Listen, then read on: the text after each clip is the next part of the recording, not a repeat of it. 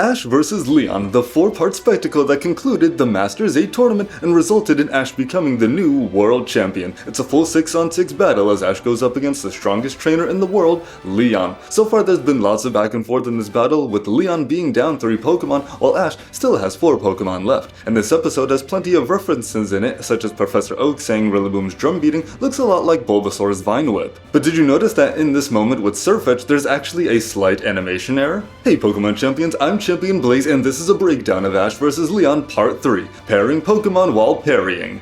Gosh, that's quite a title. I'll uncover and discuss all the hidden details, little Easter eggs, and references that you might have missed during this episode. Be sure to check out the first 2 parts of this battle that I've already broken down if you haven't already. But if you're all caught up, then let's dive into Part 3 of Ash's epic final battle. Let's get started.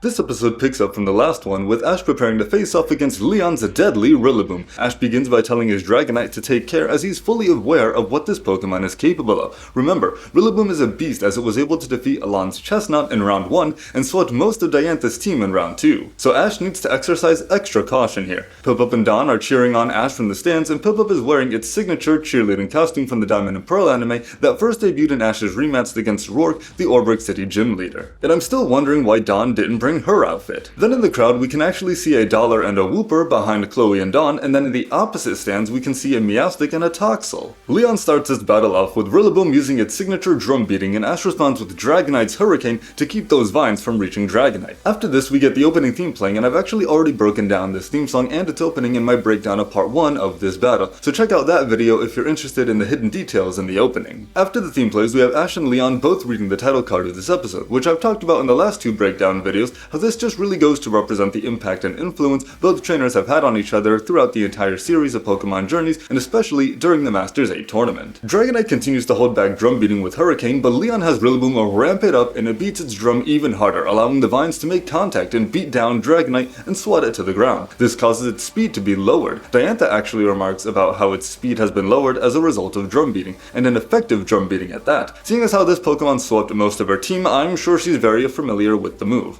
Gosh, I can't even get over how disrespectful that battle was. Leon mentions how when he sends out his grass-type Rillaboom that many trainers will send out flying types, so using drum beating like this is how he counters that. Although I'm curious how Leon would use Rillaboom to counter fire, ice, poison, and bug-type Pokemon as well. Or maybe he just switches out to another Pokemon instead, who knows. Dawn then comments that Leon is using offense as defense, which is exactly what Ash tends to do. She says how Leon is acting just like Ash, even saying that the two have very similar battling styles, which they do, seeing as how earlier in this battle Leon did use Ash's own counter shield technique against him with his Inteleon. So they really do learn from one another. Leon kind of provokes Ash a bit, telling him to bring it on even further, so Ash responds with the Dragonite Meteor, Dragonite's signature move that he created when he battled Paul at Professor Oak's lab earlier in the series. Dragonite Meteor is actually called Kairyu Seigun in Japanese, as it's a combination of Kairyu, Dragonite's Japanese name, and Ryu Seigun, the Japanese name for Draco Meteor. Dragonite charges in with the attack and Rillaboom responds with the drum beating. Ash commands Dragonite to break through, but Rillaboom uses the vines to defend, and then a third vine emerges from the ground and grabs Dragonite by the tail. Since this is the same move that was able to defeat Leon's Dragapult in the last episode, Leon was able to anticipate this attack. Rillaboom then slams Dragonite into the ground, and Professor Oak comments that the attack looks very similar to Vine Whip. Bulbasaur shows interest in Leon's Rillaboom and its attack as they are both grass types, and you could say Vine Whip is Bulbasaur's signature move, so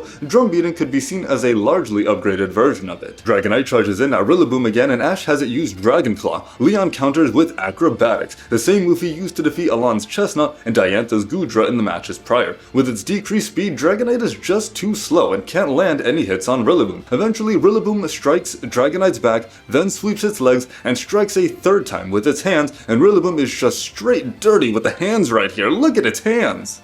I mean, Rillaboom is a pretty fast Pokemon, though. Damn! Not with the... Ah! Not with the... Not with this! Not with this! Oh! Oh! Leon. That's it, bro. Ash should lose just because of the sauce. just because Leon's this saucy with the Rillaboom. Rillaboom didn't have to go that hard and do Dragonite like that. But with that, Dragonite is unable to battle and the match becomes a 3v3. Ash's next Pokemon is Sirfetch'd. We then get a collision between High Horsepower and Meteor Assault, and the clash is intense, both sides struggling to overpower the other, but eventually Sirfetch'd is able to knock back Rillaboom and blow it back into its own drum. At first it looks like Rillaboom is down for the count, but one attack is not going to one-shot this Pokemon since for some reason it was able to withstand a direct Fire Blast from Diantha's Goodra. So Rillaboom stands back up and Sirfetch'd is unable to move due to using Meteor Assault. Then we get this menacing shot of Rillaboom towering over Sirfetch'd as if it's ready to tear Sirfetch'd apart. Rillaboom then lands a direct attack with High Horsepower, knocking Sirfetch'd back and into the air, but Ash has Sirfetch'd ride its shield to recover. There's actually an error here as really quickly for a split second while Sirfetch'd is riding its shield, one of its feet is colored white instead of yellow, and it's extremely easy to miss. As it glides on the wind, Rillaboom uses Drum Beating to attack, but Sirfetch'd dodges the vines and uses Fury Cutter. Rillaboom uses Acrobatics, so Sirfetch'd jumps off its shield to gain some height for its attack. But even that doesn't work as Rillaboom just throws the shield back at Sirfetch'd, and as the shield rides up Sirfetch'd's leap, you can hear this scraping sound that was such an excellent attention to detail by the sound design team, even if these objects wouldn't make these noises.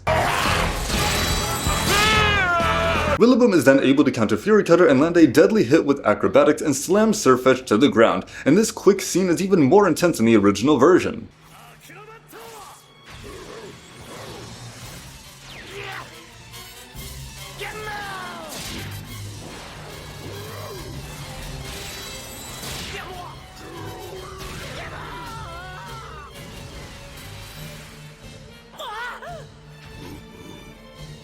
It tries to stand back up, but is unable to battle and falls to the ground as its shield falls to the ground and covers Sirfetch'd. The knight has fallen. This now makes 2 Pokemon in a row that Ash has lost. This is very similar to the sweep Rillaboom did against Diantha. Ash then sends out Dracovish, who still has the latent dragon energy stored within its spikes from its bout with Dragapult. Now remember, Dracovish has unlocked this power due to essentially eating the Dreepy Darts from when Dragapult used Dragon Darts against it, and since it essentially ate an attack in the same way Groudon ate its own energy ball when battling Tower Tycoon Palmer's Rhyperior back in Sinnoh, this is the reason Dracovish is gaining this power-up. Eating a Dragon-type move has increased its own Dragon-type power. It then charges in with Ice Fang and Rillaboom uses Drum Beating. Dracovish is knocked back, but Dracovish is having none of this and uses its spikes to bring the vines together and hold them in place as Dracovish bites through them with Ice Fang. This freezes the vines and breaks them, which seemingly does some sort of damage to Rillaboom. We then get a collision between High Horsepower and Dragon Rush, which is made stronger due to the dragon energy within its spikes. As Dracovish charges in, it remembers its fallen brother Sirfetch'd, which gives a higher motivation to win. The 2 Pokemon collide and the spikes make direct contact with Rillaboom, leaving Rillaboom unable to battle. Leon is now down to 2 Pokemon, and we can see that Clement and Bonnie are also watching the match, but they're shown specifically at this moment since Clement helped Ash with training Sirfetch'd and Dracovish for his battle against Drasna,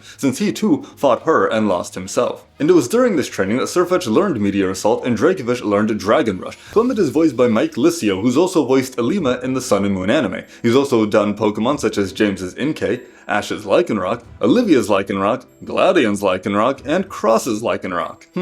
I wonder what this guy's favorite Pokemon is. And outside of Pokemon, he's also voiced Mach in Yu-Gi-Oh! Zexal, as well as Yuya, Yuto, Yugo, and Yuri, all from Yu-Gi-Oh! Arc 5. Then Bonnie is voiced by Allison Leigh Rosenfeld. She's also done the voices for Sophocles from Sun and Moon and Roxy from Black and White. In terms of Pokemon, she's also voiced Clement Bunnelby, Malo's Sarenaline, and Nurse Joy's Audino. Outside of Pokemon, she's also voiced Rio Castle from Yu-Gi-Oh! Zexal, Ali and Riley Akaba from Yu-Gi-Oh! Arc 5, and Oko's mother from Oko's Inn. Leon's next Pokemon is his Libero Cinderace, which means it can change its type to match the move it's using, so it's always delivering stab attacks. We then get several clashes between Dracovish and Cinderace, as Cinderace lands a direct high jump kick on Dracovish, Cinderace cancels out Water Gun using Pyro Ball, it meets Fishious Rend with Iron Head, and then dodges Dragon Rush to deliver a finishing high jump kick from above. This in turn causes Dracovish to be unable to battle, leaving Ash with just 1 Pokemon. Pikachu. This makes Leon want to send out Charizard instead. Now I know keeping in Libero Cinderace with Scorching Sands is more effective and technically the better option, but there's sentiment behind this decision. Leon wants to win the match with Charizard as it means more to win this match with his first ever partner. As Charizard hits the field, it lets out a mighty battle cry. Listen. Ash, this is my 6th Pokemon! Charizard, let's go!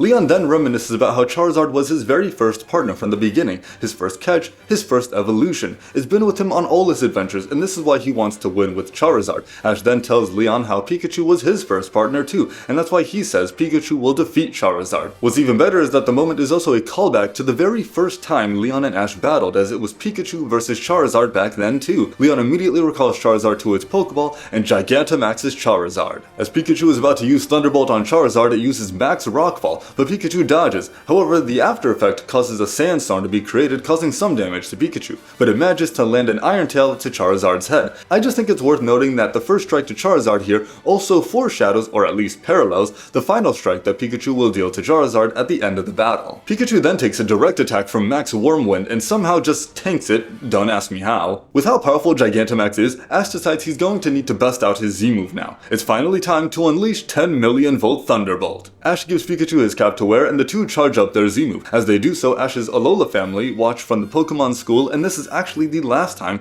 we would see Samson Oak. And there's actually an editing error in the episode here too, as when we first see the Alola family, Gladion is much closer to the group. But when we get a front view of everyone, Gladion has been positioned leaning against a pole, further away from everyone else. As Pikachu fires off 10 million volt Thunderbolt, Leon fires off G-Max Wildfire, Charizard's signature G-Max move. This is also the move that Champion Diantha was unable to counter successfully, as even though she was able to redirect it with Psychic, Leon subdued this effort by using G-Max Wildfire again to counter it and then defeat Mega Gardevoir. The two incredibly powerful moves collide, unleashing a massive force of energy that causes a beam of energy to fire up into the sky, into the Dynamax storm above the stadium. This battle has become one of David versus Goliath, as Pikachu must quite literally defeat a giant. The impact is so mighty it causes the stadium shields to activate, and Leon and Ash are almost being blown back by the overwhelming power. This clash between powerful moves also invokes imagery of the clash between Z moves we saw at the end of Ash's battle against Professor Kukui. Ash had an exhibition match against Professor Kukui for winning the Alola League, and it ended with a showdown between Tapu Koko and Pikachu. Both used the respective signature Z moves, Guardian of Alola and 10 million volt Thunderbolt, to finish the match. This clash of power is very similar, as we have Pikachu going up against a giant force in both instances and using its signature Z move to defeat each one. Although in contrast to the Z move being the finishing blow for Tapu Koko, Pikachu's Z move is not enough to finish off Leon's Charizard here. We then get another shot of the energy building up above the stadium. We cut to Hammerlock City as Eternatus is reacting to the energy being given off at Winden Stadium due to the combined energies of Gigantamax,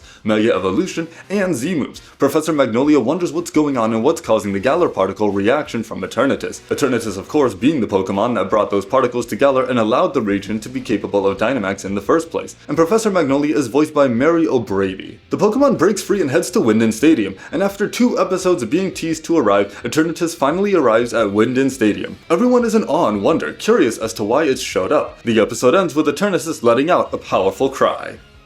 Well, this was another great continuation of Ash and Leon's battle. Such fierce determination and combat from both sides, powerful attacks, and the back and forth was great. Each interaction in this battle had some sort of weight behind it, or reference, or small meaning that made each move in this battle all the more important. And I love that Leon has been setting the pace of this entire battle, just showing how much more strategic and experienced he is than Ash. This entire battle truly has been an uphill battle for Ash, but he's been staying strong. But these were all the hidden details, references, and Easter eggs I could find in this episode, and let me know if I missed any in the comments. Next time we'll break down the finale of this 4-part battle in the episode Partners in Time, so stay tuned for our final breakdown of Ash vs. Leon. Until then, train hard, and I'll catch you guys later.